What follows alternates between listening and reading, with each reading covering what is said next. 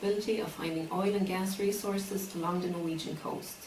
Little did they know that the petroleum industry would soon be the main contributor to the Norwegian economy.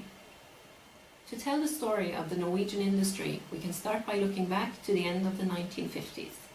The first United Nations Convention on the Law of the Sea opened in Geneva in February 1958.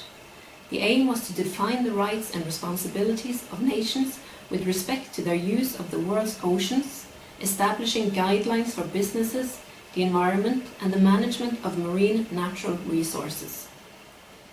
Norway already had a major shipping and fishing industry, so the question was whether or not the sea offered other resources as well.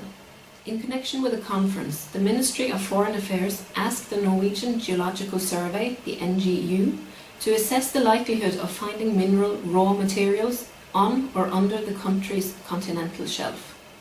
The NGU's response was clear-cut. The chances of finding coal, oil or sulfur on the continental shelf off the Norwegian coast can be discounted. Phillips Petroleum was the first oil company to contact the Norwegian government. It requested a sole license to explore for oil and gas in those parts of the North Sea which fell under Norway's jurisdiction. But this was turned down. It actually took 24 years until 1986 before the government regretfully informed the company that its application was finally regarded as rejected. In 1963, Norway declared its sovereignty over submarine mineral resources off the coast. Under the 1958 Geneva Convention on the Law of the Sea, clarification was called for regarding ownership of the continental shelf in the North Sea under international law. Negotiations were largely completed by 1964, dividing most of this area in accordance with the median line principle, giving large parts to the UK and Norway. Further north, it took many years to clarify important boundaries. In April 1965, the Norwegian Parliament, Stortinget, established rules for the petroleum exploration and production on the Norwegian continental shelf below the 62nd parallel. That is the northern limit of the North Sea. The Norwegian sector was divided into 36 quadrants, each subdivided into 12 blocks. One block covered about 500 square kilometers. 4 days later, the first and by far the largest Norwegian offshore licensing allocation was announced. With 278 of 314 blocks on offer, nobody was to be in any doubt about the government's willingness to make a commitment. At the deadline, 11 applications had been received for 208 blocks. The Ministry of Industry awarded 78 production licenses to 8 groups of companies. The world's largest oil companies were all represented, including Eni, Egypt. The first exploration well on the Norwegian continental shelf was drilled on the 19th of July 1966 by Esso. This occurred in Block 8-3, 160 kilometers west of Stavang. Nothing was found during this first attempt, but already the next year traces of hydrocarbon was found. Ed Crump, head of Phillips in Norway, called the Ministry of Industry on the 31st of December 1969 with the following message: "I think we have an oil field here." Half a year later, Phillips made a press release stating that this was indeed a giant oil field. The report on the giant Ecophysic discovery has been called Norway's Christmas gift of 1969.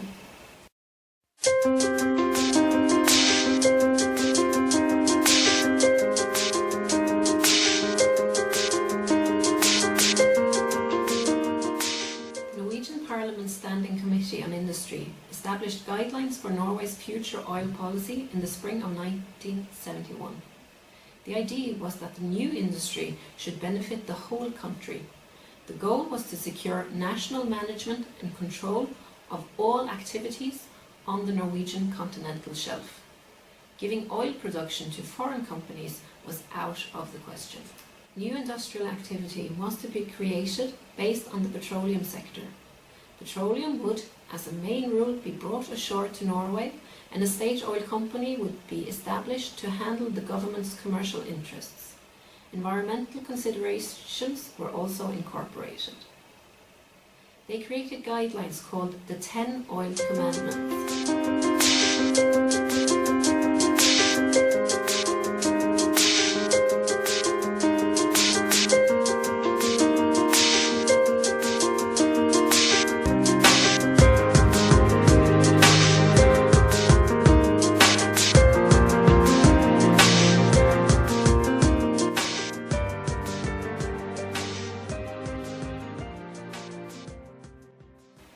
The Norwegian Parliament voted in 1972 to establish an administrative agency, the Norwegian Petroleum Directorate, and a state-owned oil company, Statoil. At the same time, all oil matters were allocated to a separate department in the Ministry of Industry. These initiatives form the core of the Norwegian model for the petroleum industry. It was intended to create a clear distinction between political, administrative and commercial functions. The Norwegian state oil company Statoil was to be an integrated enterprise with commercial freedom of action with relatively broad objectives. At the same time, the company would also be subject to parliamentary control, and the ministry drew up regulations to ensure that. With Arve Johnsen as its first chief executive, Statoil rapidly built up its own expertise in all key functions, such as exploration, production, transport, processing and marketing of oil and gas. Stavanger is today considered oil capital of Norway. Stavanger's the spot was the city council's slogan when the location of Statoil and the Norwegian Petroleum Directorate came to be determined. Most of the oil companies had already established offices and base operations in Stavanger, and the whole political community in the surrounding county of Rogaland worked actively to persuade the Norwegian Parliament to place these new institutions here.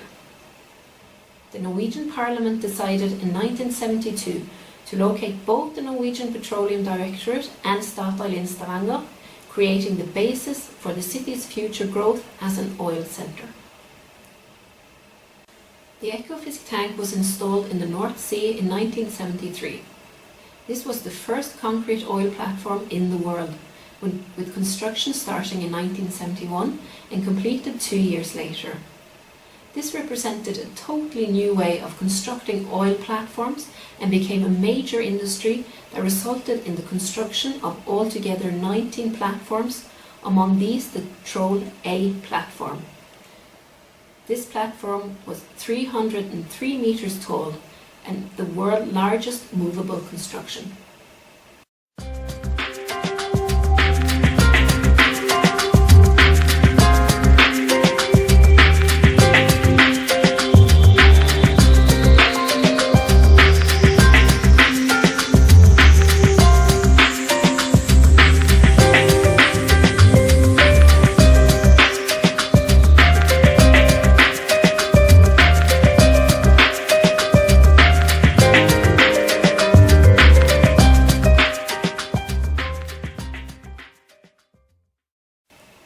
The development of the Ecophysic field was dependent on putting transport systems for oil and gas in place.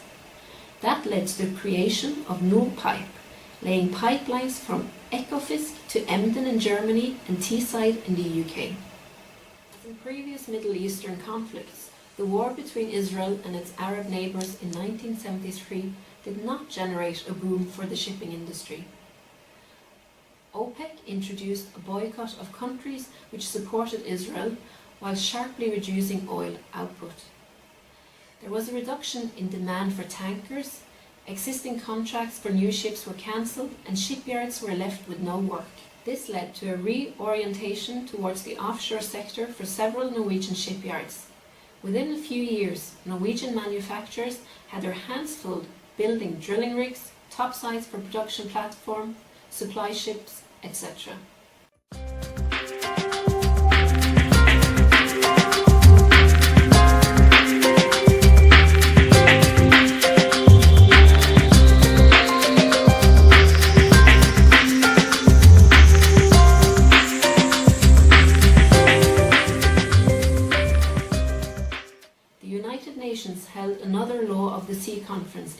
1973. It addressed several issues concerning continental shelf boundaries. It demanded that states had the right to establish an economic zone with the exclusive right to exploit natural resources to a distance of 200 nautical miles from their coasts.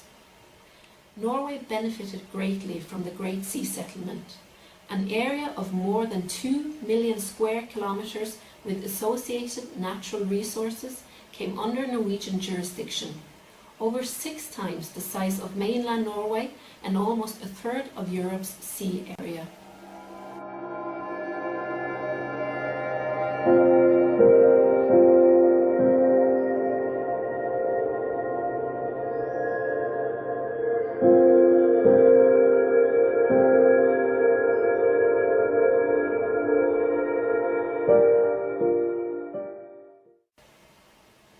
Exploration of North Sea blocks 33-9 and 33-10 began in 1973 with Mobil as operator.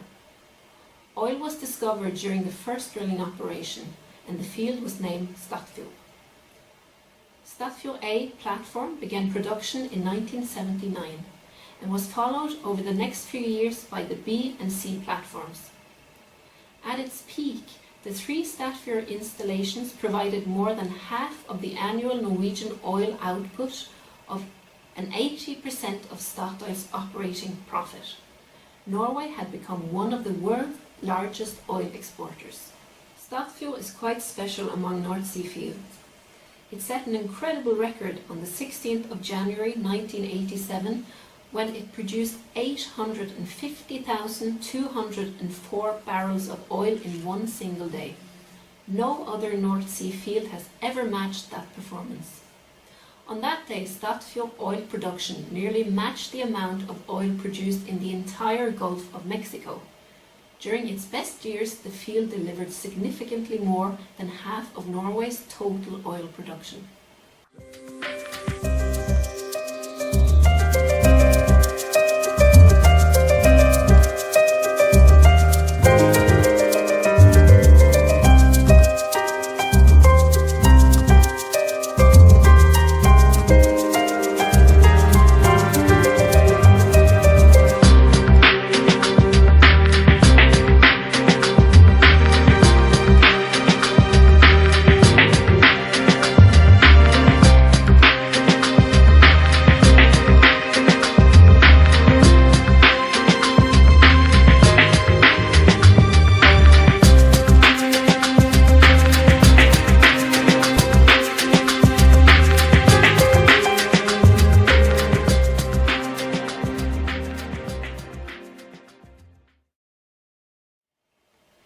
The first 3 blocks on the Norwegian continental shelf north of the 62nd parallel were awarded in January 1980.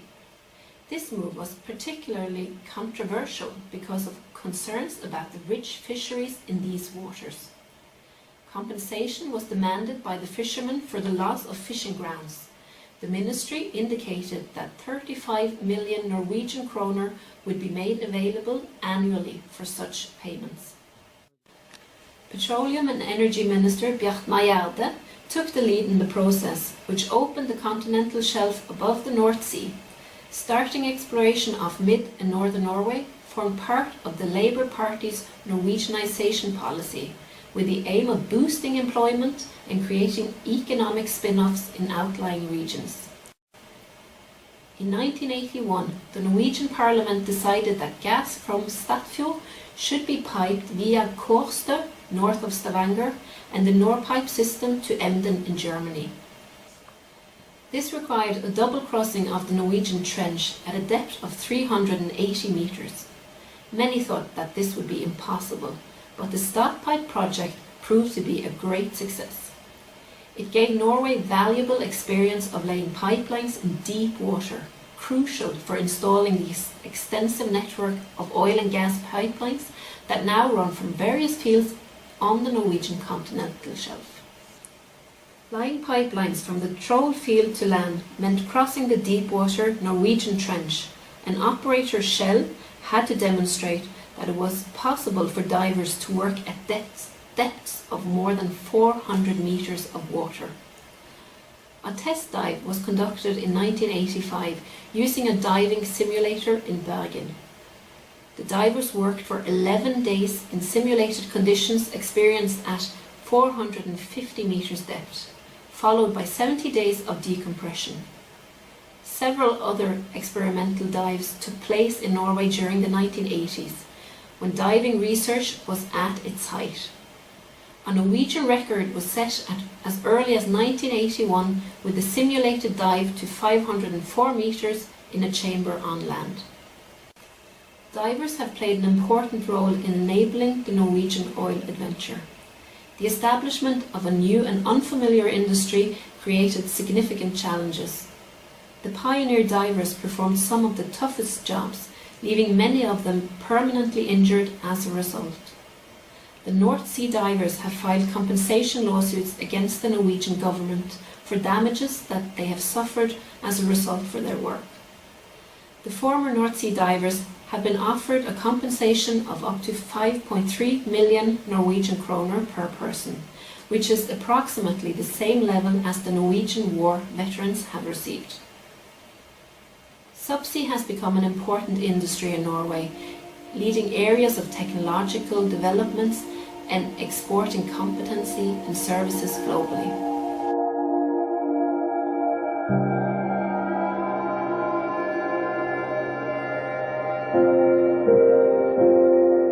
The world's economy was shaken by a new oil crisis when prices fell dramatically to $10 per barrel in the 1980s. This led to big changes in the international petroleum sector. Emphasis was placed on finding technological advances which could reduce exploration and development costs. Once again, the industry moved towards the limits of what was technologically feasible and came up with cost-cutting solutions. It learned to live with reduced prices, however, lower production costs led to large oil surpluses. Profit margins came under pressure and many of the jobs in the oil sector became uncertain. The United Nations World Commission on Environment and Development, known as the Brundtland Commission, published Our Common Future in 1987. This report changed the way people thought about environmental issues. The term sustainable development was introduced, and it described the close interaction between environmental, economic and social developments. It also described how carbon emissions from human activity were upsetting the climate's natural greenhouse effect, which is a condition for life on Earth. An increase in this effect could cause higher average global temperatures, greater melting of polar ice caps and rising sea levels. The oil and gas industry has indeed made an impact on Norwegian society. Rising job markets, increasing work migration, a higher standard of living, new technologies and research, but also challenges and problems relating to the environment and work safety. Human memory is fragile, and incredible achievements and horrific failures will at some point be forgotten. Luckily, a lot of these activities are documented in the archives. In 50, 100 or 1,000 years, when the oil and gas industry might be non-existent, scientists, students, journalists and historians can still know and understand why, what and how this industry made an impact on our lives. This incredible chapter in our history will not be forgotten. Through the archives, the past is documented for the future.